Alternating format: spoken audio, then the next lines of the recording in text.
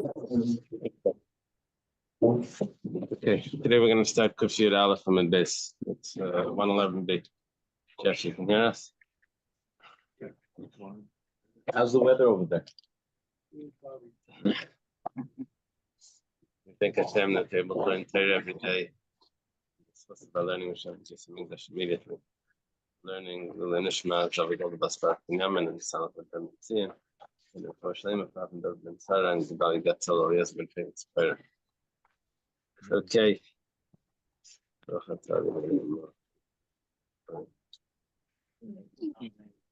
This is more convenient for me because I have hummus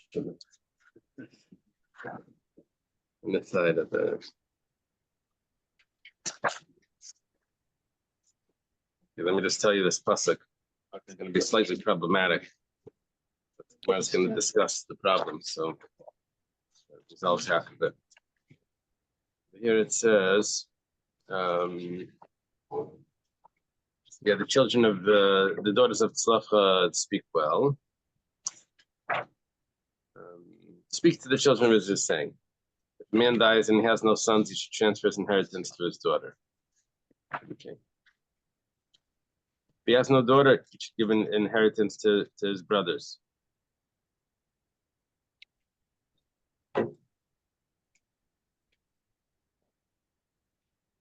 We said that the father comes before the brother.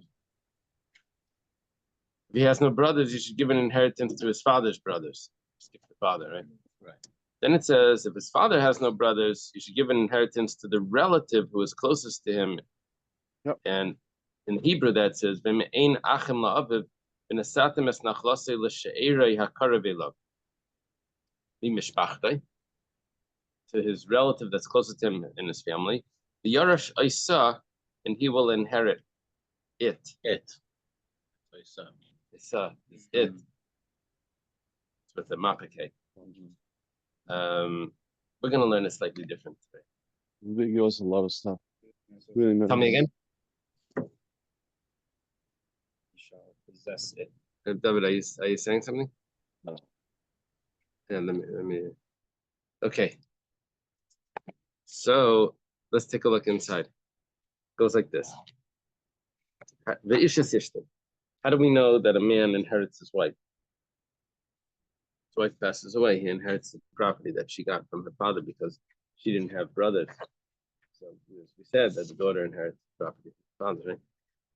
If there's no brothers. So it says, how do we know that a man inherits his wife? The Tana Rabbanu was taught in the pasuk She'erei Zuishte.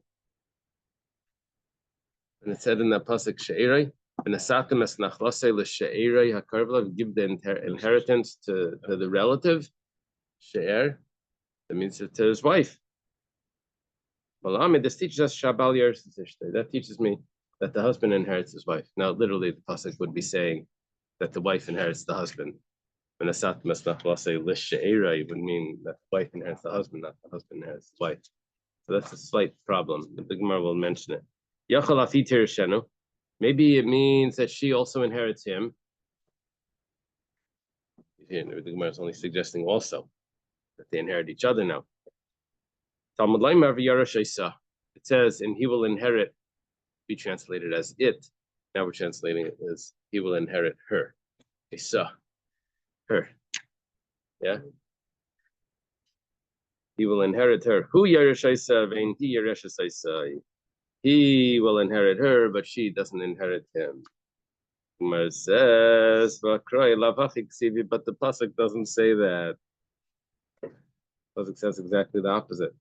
Pasuk says that that you give the inheritance to the relative, which means you give it to the wife, not that you take it from the wife, not that you, right? So it's the opposite.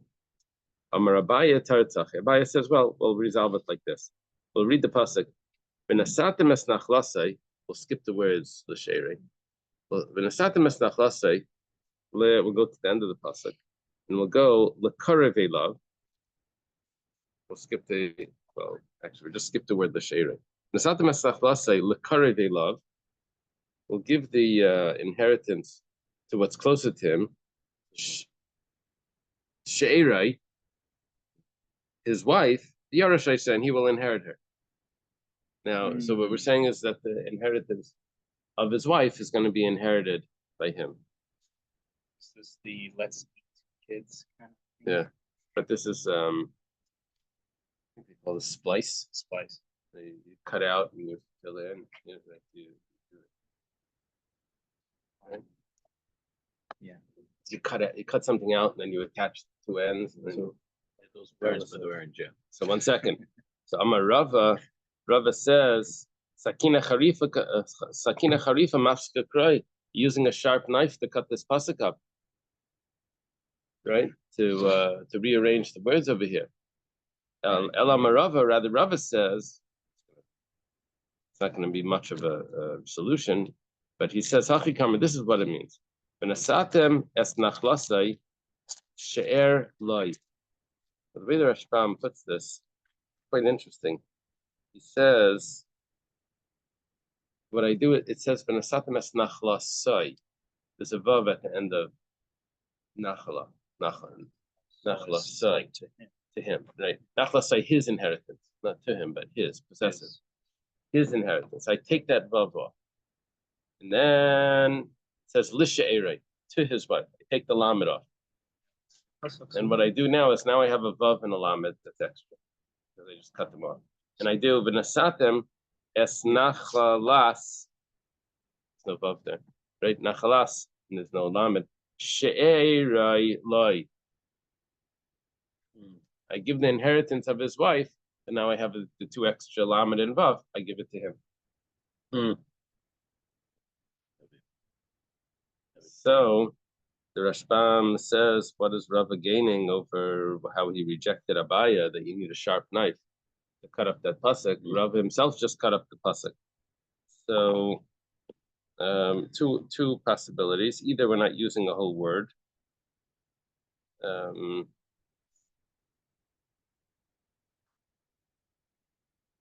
What was this other pshat?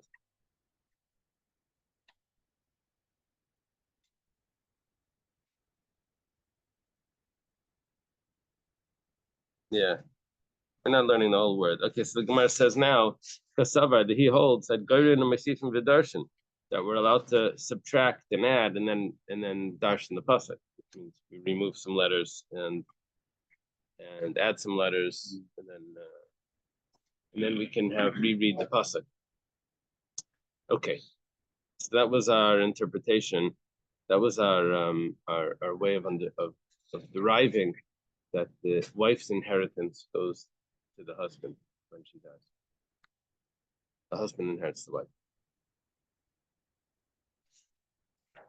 Now it says, "V'hai Tana Maisla Mehacha." In this Tana, the following Tana has a not different source. We're going to be referring to the Tana of Rabbi Shmuel. That's going to learn from somewhere else. The Tanya was taught in a brisa. The Yarash Isa. The Yarash Isa is going back on the pasuk that we were just discussing. The Yarash Isa. That's the end of it, but that's basically a requote of what we were saying. This is the first opinion. Malamed Shabal Yersis Yishte Div Rabbi Akiva. We read it from She'irai, the Talmud Lema of Yarash Isa, but that's the same lima that we were just discussing. Rabbi Akiva's view.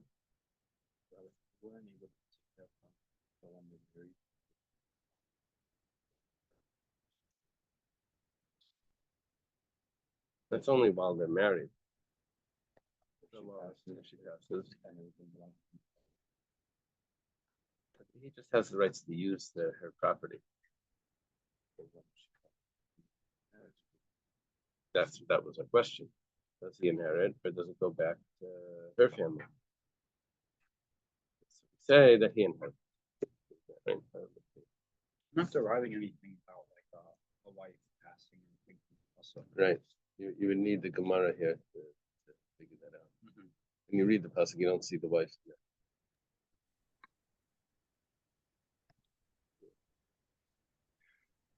So this idea that the rabbis can rewrite the sentence to come up with a meaning that's different than the plain meaning.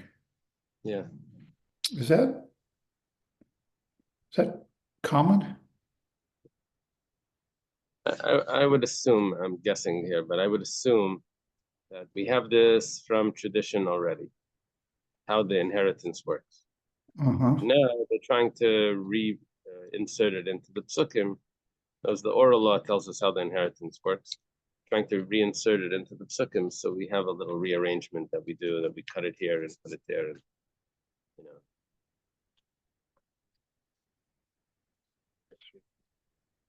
Make it work. Yeah.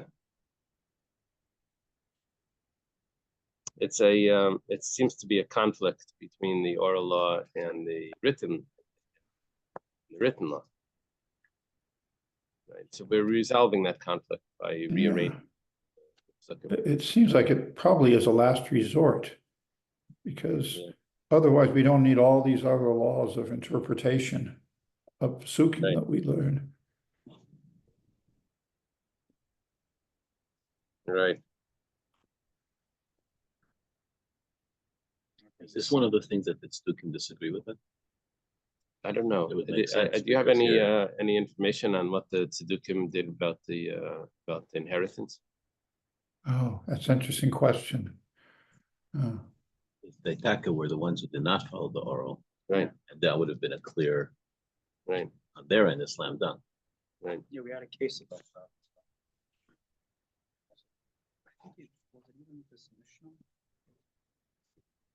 I think it was with the dollars. Well, About how the Tzedukim did it? Really? yeah. Today, what they would do is they would look at the Dead Sea Scrolls and associate that with the other groups. So, not Mamish Tzedukim, but they think they're they call the Asiyim. Well, those are different. I know, but they're close enough. Yeah, the big machlekes that we had with the Tzedukim, I think, also applied to those Dead Sea Scroll people. I think the Shavuos falling on a Sunday, I think they had that also. Okay, anyway. Rabbi Yishmael, that's what we're looking for.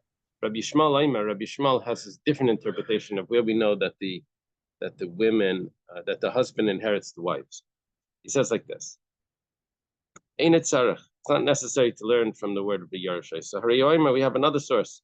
Now he jumps to the end of the book of Bamidbar, and it says over there, V'chol bas yireshes nachal mimatis b'nei Yisrael lechen mishpachas, v'sabasabal akasim medaber. Let's jump over there. But here it says that first generation should not marry outside the tribe. Where does it say that was only for the first generation?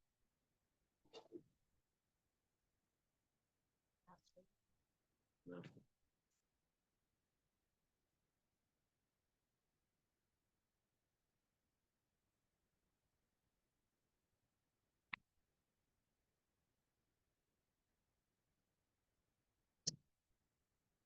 I'm not sure.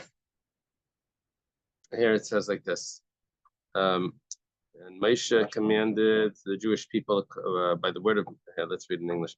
Moshe commanded the children of Israel with God's word, saying, the tribe of Joseph's descendants speak well. This is what God has commanded regarding Tzlafchad's daughters. Let them marry whom they wish, but they may marry only in the family of the father's tribe. Thus, the inheritance of the children of Israel will not be transferred from tribe to tribe, as each person from the children of Israel will remain attached to the inheritance of his father's tribe. So the Hebrew is, that the inheritance of the children of Israel will not transfer from tribe to tribe.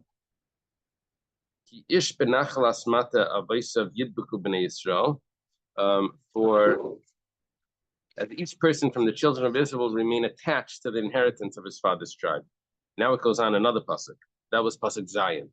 Pasuk Ches says, and every girl from the children of Israel's tribes who inherits property, because her father had no sons, in parentheses, should marry a member of her father's tribe, so that each one of the children of Israel will inherit the property of his fathers. And then pasuk Tes 9, verse 9 says, no inheritance will be transferred from one tribe to another tribe, for each person of the tribes of the children of Israel will remain bound to his own inheritance. Sounds to be repetitive a little bit, right? In the Hebrew, b'chol basi reshes nachal matzah b'nei Yisrael lechem shmachas mata aviyah tia liisha man yirshu b'nei Yisrael ish nachal savaisa v'leisisav nachal mimata lamata acher. first one said, from one tribe to another tribe. Now it says it should not be transferred from tribe to a different tribe. Because a man to his inheritance, the tribes should cleave, remain bound to his inheritance. Okay, well, let's take a look. Rabbi Shmuel is using these verses to tell me that the husband is going to inherit his wife. Now, the explanation for this is that why should a woman not marry someone from another tribe? Because if she passes away, the husband will inherit, and the transfer will go from her tribe to his tribe. Okay. It says, it's talking about a transfer to the husband. The transfer is going, means to transfer the. It's talking about the transfer to the husband. What's another pasuk? 2 verses later. That it shouldn't be transferred from one tribe to another. It says another pasuk. Shouldn't transfer to the other tribe. So that was the repetitive verses that we spoke about there. We have another source. This is in the book of Yeshua. It says, Elazar ben Aaron Meis, Aaron's son, Elazar, he was the Kohen Gadol after him. Begivas Pinchas Benayin, who was buried in what's Giva Valley? Giva is a hill. In the territory of Pinchas, his son. How did Pinchas have his own territory that Elazar didn't have? He's the son. Where'd he get it from?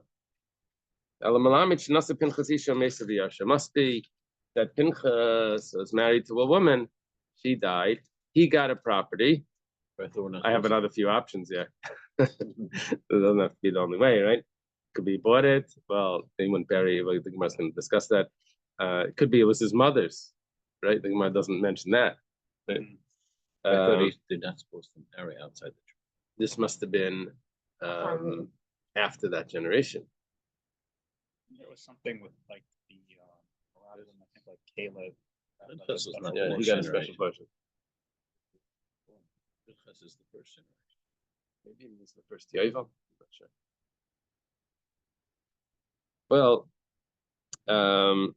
he must have married a woman and she died, and he inherited B'Yarsha, and he inherited her. Va'imer, you have another pasuk that says, V'shogov, is that how you pronounce his name?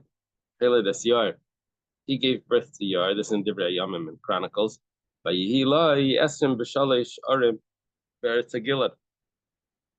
And he has 23 cities in the land of Gilad. Sigud? Sigud. Okay. So he gave birth to Yar. Now Yar has these 20 that pronoun lai referring to Yar. Yar has 23 cities. It says how did Yar have it if Sigov didn't have it? That's his father. Malamed rather teaches us must be that Yar married a woman, she died, she passed away. And Yair inherited her property. Okay. Oh, wow. Whenever we have a brisa that quotes several psukim, so the Gemara then elaborates and says, why do I need the second pasuk if the first pasuk was good enough? Why do I need? Here we had 5 psukim. Wow. So first pasuk was v'chol basi reshes nachala, then leisisiv nachala, that's number 2. Number 3, leisasiv nachala is number 3. Number 4 is Velazar ben Aaron, that's 4. And 5 is Sigov Hailedes Yar. 5 psukim. So 4 of them we're going to discuss why we need those extra 4. If all of them are teaching you the same thing, that the wife dies and the husband inherits her. Okay, so it starts with my va'imer. Why do I need pasuk number 2? Maybe you can say, what was our concern? Why a woman should not marry someone from a different tribe? Concern was that the territory, the inheritance is going to be transferred over to the other tribe, and it won't remain, in its ancestral boundaries. So we said that's a clear proof that the husband inherits. It's not a clear proof. It could be the son inherits, and the son follows his father. Like we said, that the son, we said before, that a daughter could inherit from the mother. We said also that a son could inherit from the mother. I mean, we didn't say 100%, but that was a discussion. If he inherits together with his sister or independent of his sister, right? That was a discussion before. But whatever the case is, it doesn't have to be that the wife dies, the husband inherits. It could be the son inherits the mother. So it's not a good support. So what's Ba'imer?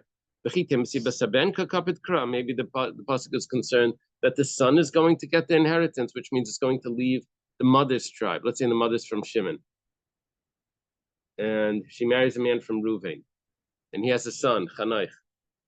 And now this Chanaich is going to inherit a property from Shimon to be his mother. Aval Bala Yaris, but maybe the husband doesn't inherit. So Tashma, that's why we have a second pasuk that tells me that the inheritance should not pass over Libnei Yisrael mimat lamat, from one tribe to another tribe. Now, that may be the same problem, but since it's an extra pasuk, must be teaching me some sort of chiddush. Extra pasuk. What's the chiddush of this? That it's not the son, which was what you would think. Obviously, it's also the husband is going to inherit. Well, it's the extra verse that's teaching me. The husband or the son, it's still going to be in the same sheva. It's going to be transferred from the wife's sheva, right? So one of these two points of view has to have the upper hand. So it seems that it's saying the right of inheritance trumps the rule against transferring tribal land. Right. That's why there was a rule that they should not marry, because the inheritance is going to move. Yeah. We're discussing our the husband inheriting the wife's property. Yeah. Okay. What about like a Levi? A Levi's in sheva, they have no land, Right. but they can. Were they supposed to marry? They have some cities, but it's not considered. The halachas are slightly different with the Levium cities. Yeah. Okay. So we resolved pasuk number 2. And if you can ask, maybe you can ask on this. Lavra love balava say. You see, if you notice, pasuk number 1 is that a woman should marry. Let's take a look again in the pasuk. This would be a positive command. It's not pasuk number 1. It's pasuk number 6. For us, it's number 1, but here it's number 6.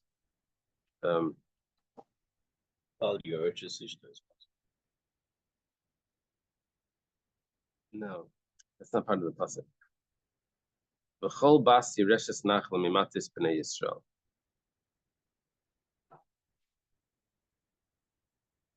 Oh, that's much earlier. That's before. That's back over here. That's in Mammon.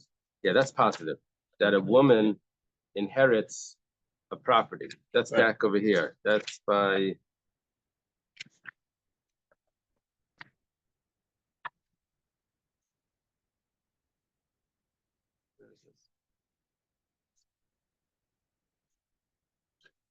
Yeah.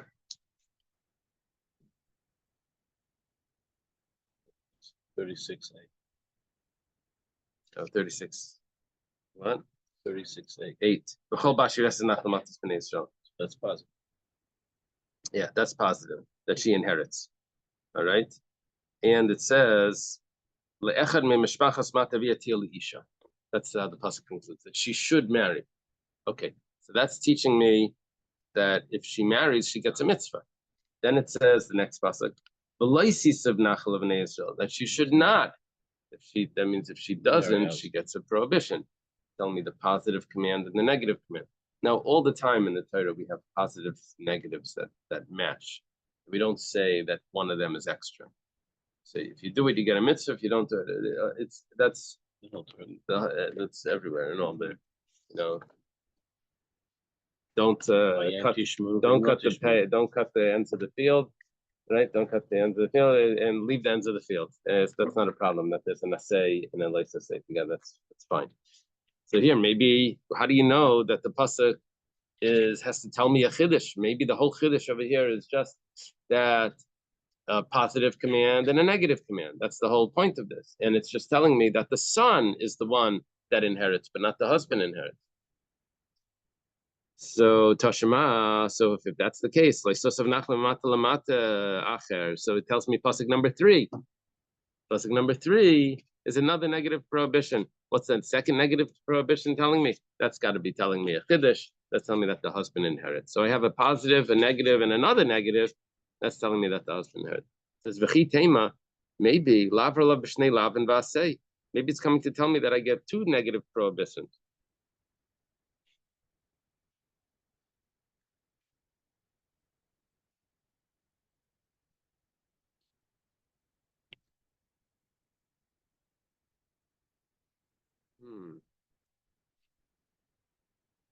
Why would I have why would I have 2 negative prohibitions? What would the chiddush be in the second one? No, it's saying that she should not marry from a different tribe so that the territory doesn't pass over, doesn't transfer to another tribe. That is a negative prohibition. She should not marry. Versus she should marry someone from her own tribe is the positive. But from that, we understand that the territory passes over. So how does it pass over? So it could be from the son, it could be to the son inheriting, it could be from the husband. If it's extra, we're saying that it's from the husband. The losi, so it says twice.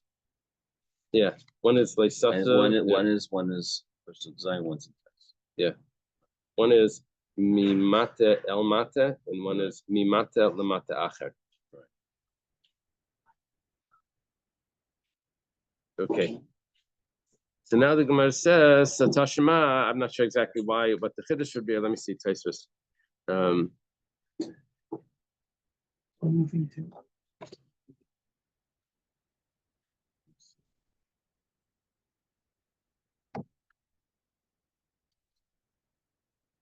I could have thought,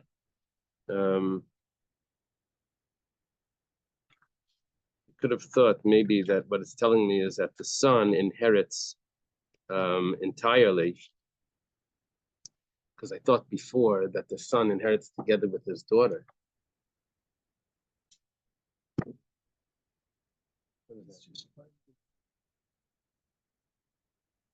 that a QR code for the link? That's what it is.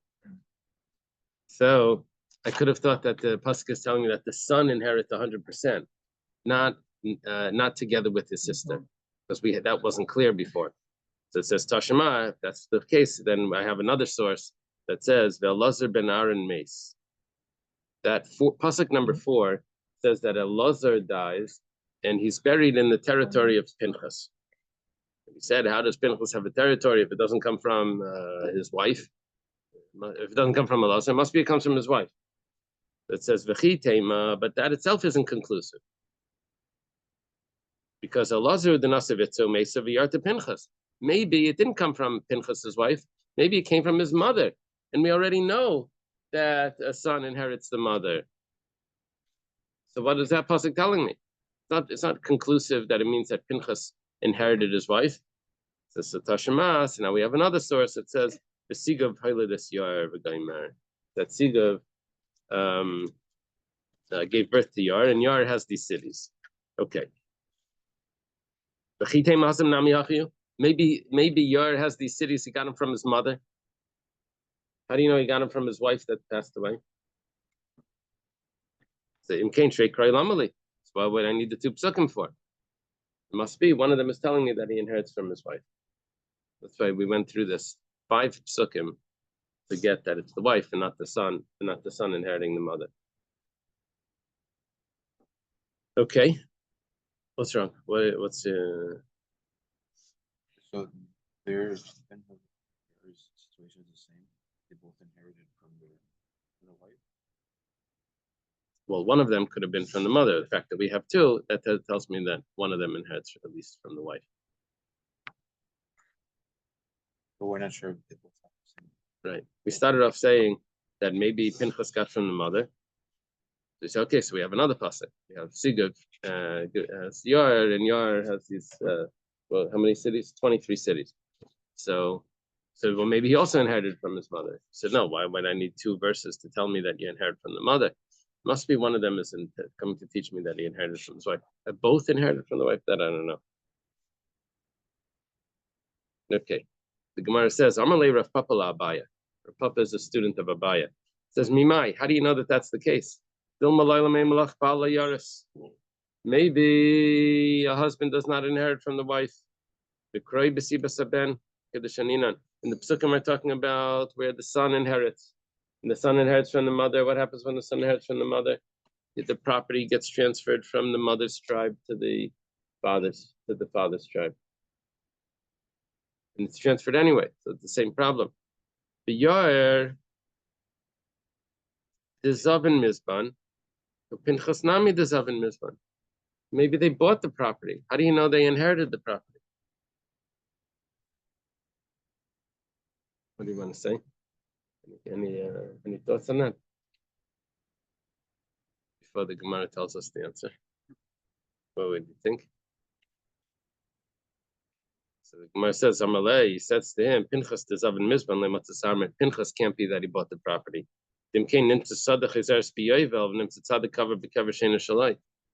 Because in the pasuk of Pinchas it says that he's burying his father there. And since a purchased property returns by Yovel, so he would only be in his own property for 50 years. After the 50 years, he'd be in someone else's territory. He wouldn't bury his father in someone else's property.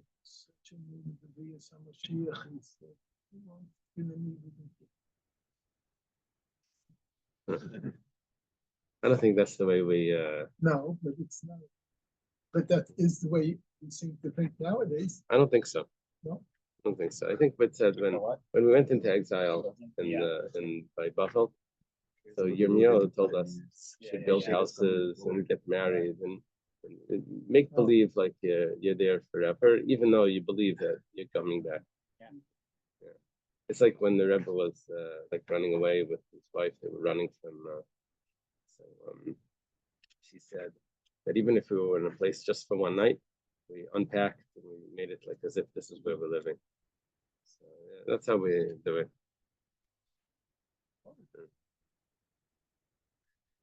Okay, so it can't be that he purchased the property. It must be you see, we have schools and shows and everything. How do we do this? If Mashiach, what do we need this for? But we have another possibility. It could be that someone consecrated it in a way that it's going to go to the Kayanim. If no one redeems the property, it ends up going to the Kayanim, right? If someone consecrates a property which doesn't get redeemed, it goes to the Kayanim after the Yovel. It doesn't get redeemed by the family. It goes to the Yovel. Or it could be that it was just consecrated for the Kayanim. Isn't that just referred to Seda Akuza? The Achuza, right? An inherited property, yeah. But if a normal family consecrates and doesn't redeem it, doesn't it come back to them at the end of Yovel? If it consecrates it, no, only if they redeem it does it come back. Only if they redeem, only the owner redeems it or his son, not if not a brother or an outsider or any other outsider. And so it goes to the Kayanim. So Pinchas could have property that's his, and it doesn't have to come from his wife. The proof that a person inherits his wife is only because you have no other way of explaining this. But it's not true. We have other ways of explaining it. He got it because it was a field that belongs to the Kayanim, and he's a Kayan. Amar Abaya says, Saif.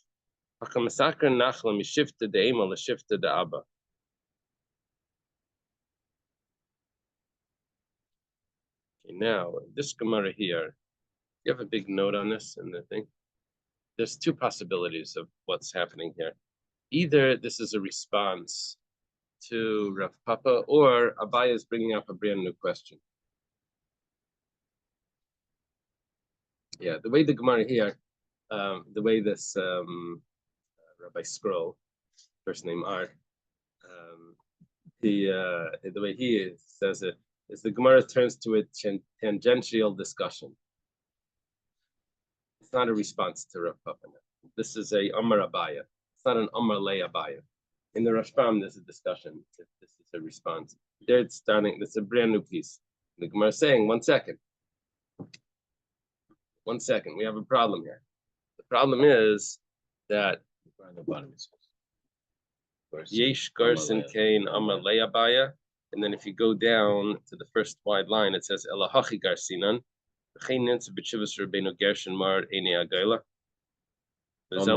Amar Abaya.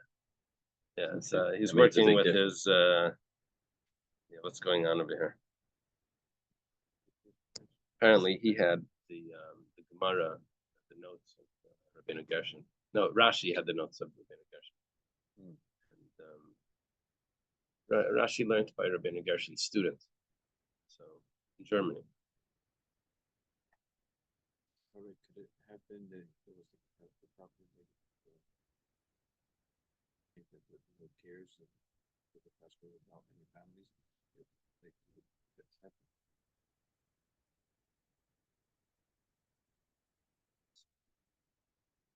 Yeah, he'll always bring up another possibility. That maybe there was a convert and he passed away without any children. And Pinchas shows up right then and he takes the property from Hefker.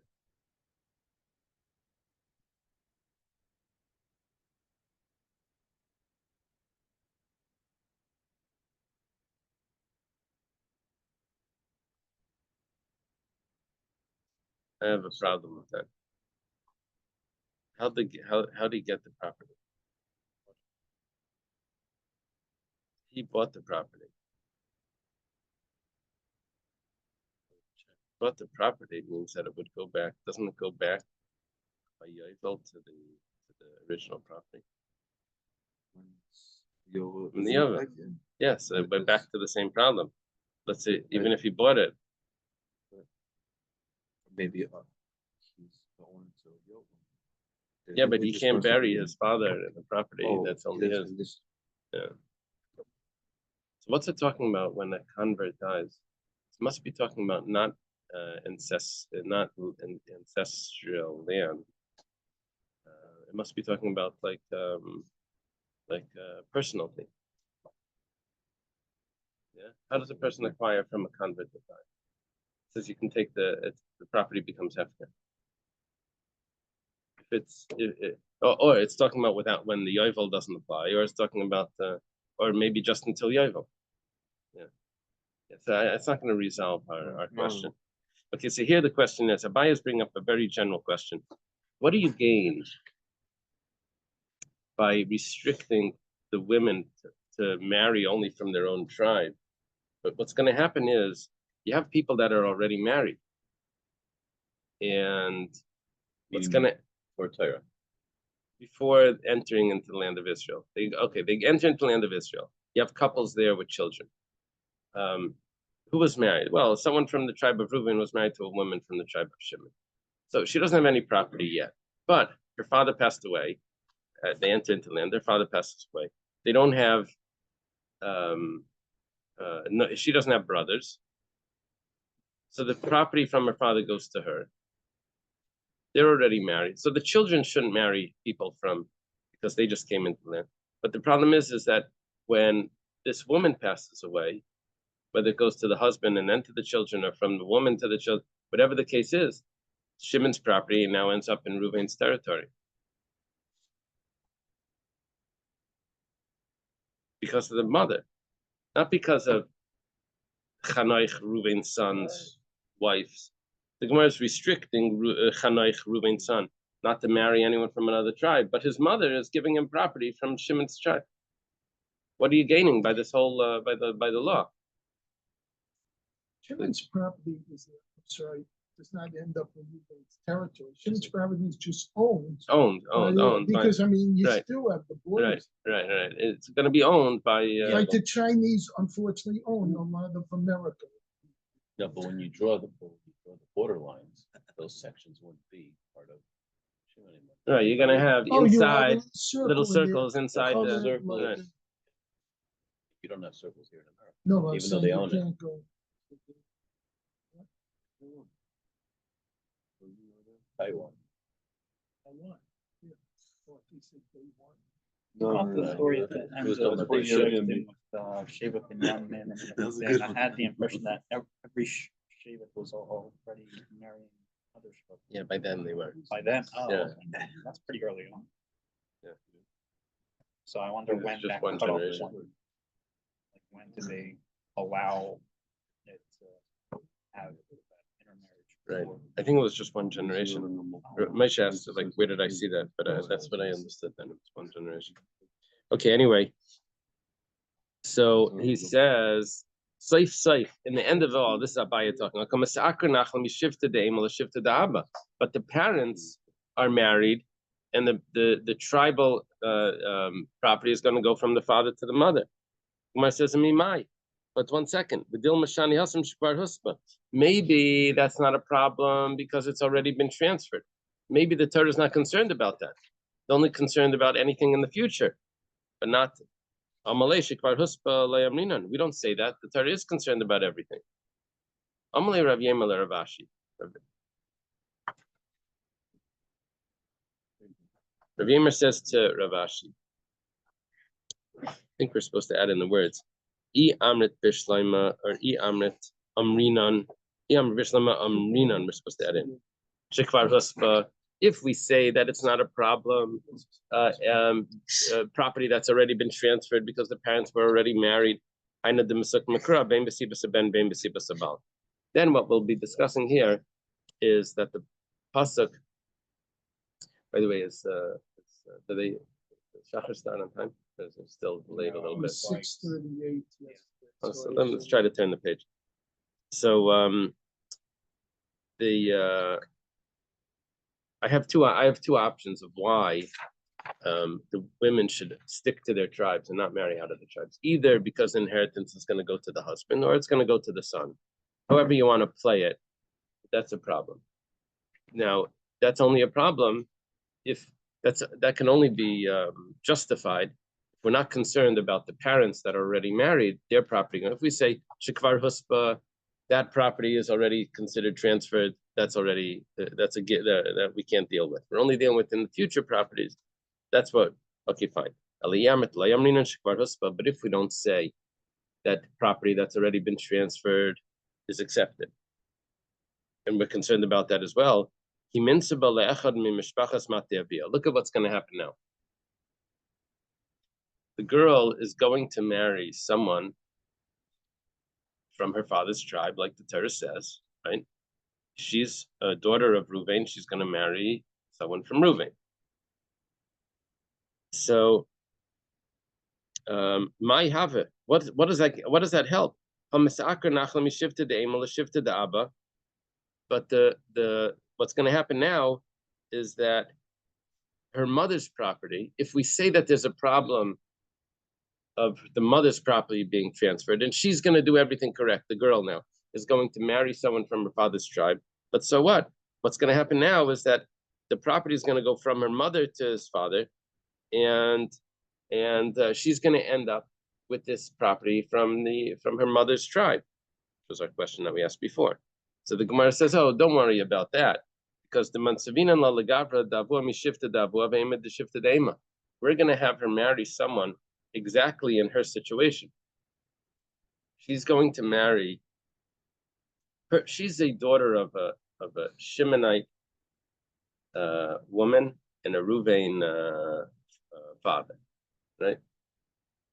The crossbreed between Reuven and Shimon. So, what is it? It's a Reuben sandwich. Reuben sandwich.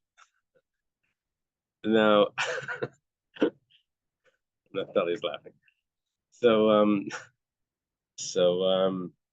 we're saying that there's a problem because when she's going to marry someone that's from Reuven, which that's what she's supposed to do, the property from her mother is going to end up in Reuven's territory.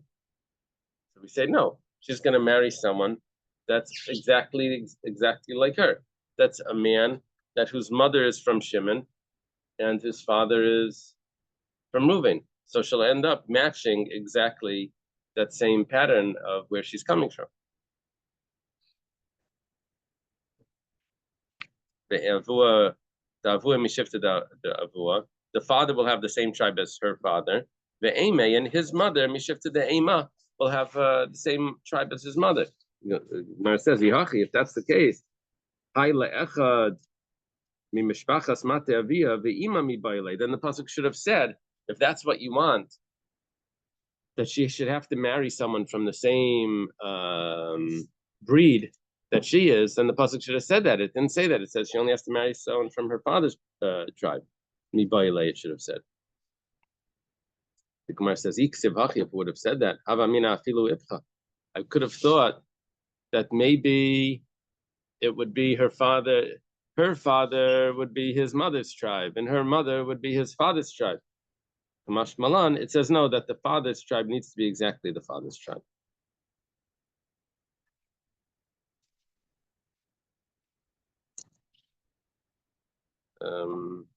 Okay, let's leave it right there.